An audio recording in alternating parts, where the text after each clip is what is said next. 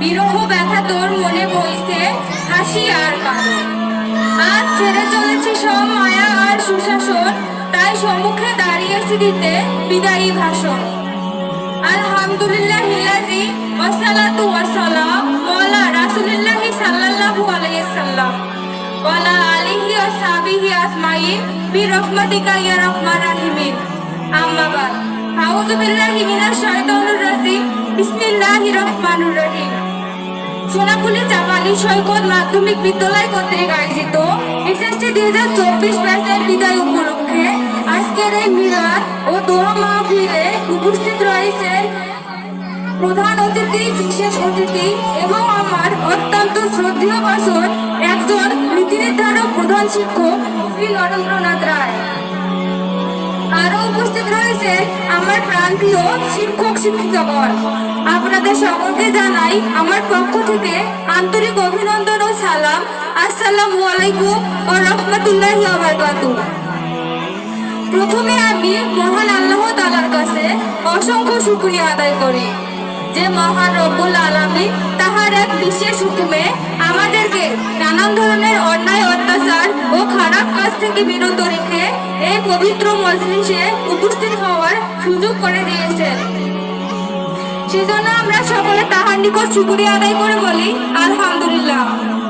আসলে সত্যি বলতে প্রথম দিন আমি বিদ্যালয়ে আসি, সেদিন কিন্তু অনেক কান্না করেছিলাম। আমি বিদ্যালয়ে যাব না যাব না যাব না, কিন্তু কে শোনে কার কথা? বাবা মা ও বড় ভাইয়ের চেল্লানিতে ঠিকই বিদ্যালয়ে আসা লাগতো। তারপর ধীরে ধীরে তৈরি হয়েছিল এই বিদ্যালয়ে আমার কিছু ফ্রেন্ড ও শিক্ষক শিক্ষিকাদের সাথে তৈরি হয়েছিল একটি ভালো রিলেশন। কিভাবে যে 5টি বছর অতিবাহিত হয়ে গেল আমি বুঝতেই পারলাম না। একটা কথা শুনতে তিক্ত লাগলেও সত্যি যে এই প্রাণের ক্যাম্পাসটি ছেড়ে আমাদেরকে চলে যেতে হবে।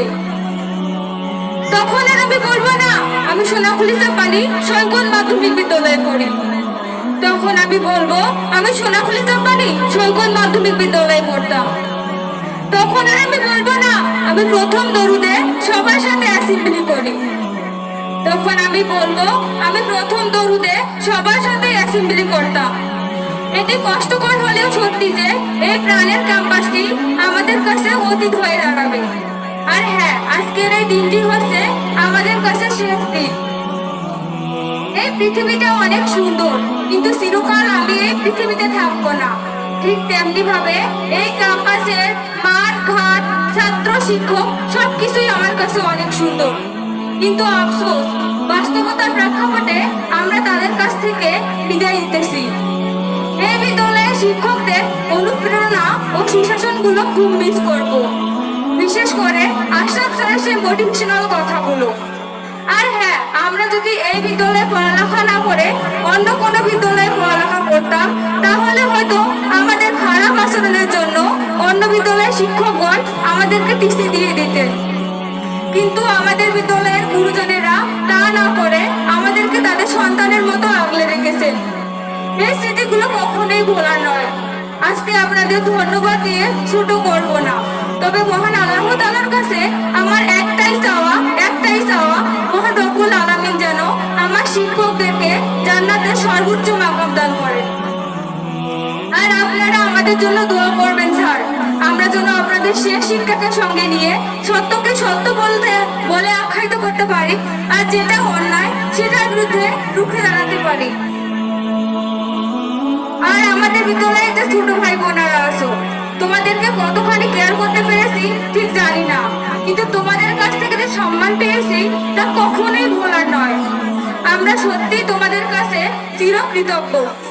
তোমরা শিক্ষকদের কথা শুনবে এবং তাদের সাথে ভালো ব্যবহার করবে।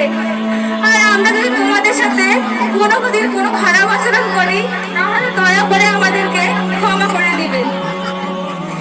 তবে সবার থেকে দামি তারাই ছাত্রছাত্রী যারা সবকিছুই অর্থই ছিল আজকের এই শিক্ষকদেরকে ছাড়া। তাই যাওয়ার আগে এক আদেশ নিয়ে কিছু কথা বলি, তাদের নিয়ে কত স্বপ্ন বুকে বয়ে চলি। ইনশাআল্লাহ আপনাদের শিক্ষার্থীদেরকে নিয়ে স্বপ্ন আঁকবেন বুকে। ইনশাআল্লাহ একদিন আপনাদের ভালোবাসায় দেশের নীল আকাশে রাঙা সূর্য উঠবে জেগে। ভালো আছি, ভালো থাকবেন। 2024 ব্যাচকে মনে রাখবেন। চলে যাচ্ছি তবে যাচ্ছি না, রেখে যাচ্ছি স্মৃতি। আসসালামু আলাইকুম রহমতুল্লাহি ওয়া বারাকাতুহু। ধন্যবাদ সবাইকে।